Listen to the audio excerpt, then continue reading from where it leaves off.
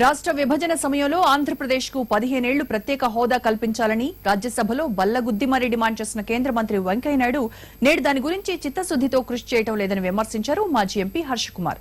మామూళ్ల కోసమే టీడీపీ సర్కార్ తాత్కాలిక రాజధాని నిర్మిస్తోందన్నారు.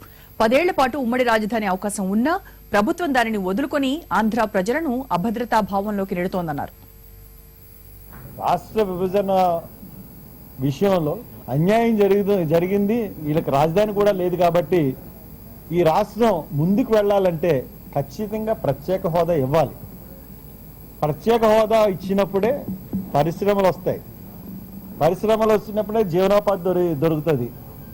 ఈ రాష్ట్రం అభివృద్ధి చెందుతుందని చాలా ఖచ్చితంగా ఆ రోజున విభజన చట్టంలో ఒక హామీ ఇచ్చింది. 10 సంవత్సరాల పాటు ప్రత్యేక హోదా ఇస్తాం.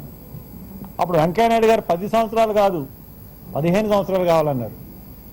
అలాగే ఎందుకంటే వెంకయ్యనాయుడు గారు ఒకసారి ఒక రోజునేమో మోడీ దేవుడు అంటాడు, ఇంకో రోజున ఇంకోటి అంటాడు. అంటే ఆయన మాటలు చూస్తూ ఉంటుంటే వెంకయ్యనాయుడు మాటలు ఏ విధంగా ఉన్నాయంటే జోకర్కి ఎక్కువను బహువునికి తక్కువలాగా అనిపిస్తూ ఉంటాయి.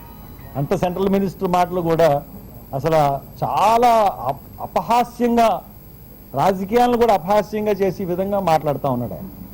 కాబట్టి అది సరైన ధోరణి మటుకు కాదు వెంకయ్యనాయుడు గారు.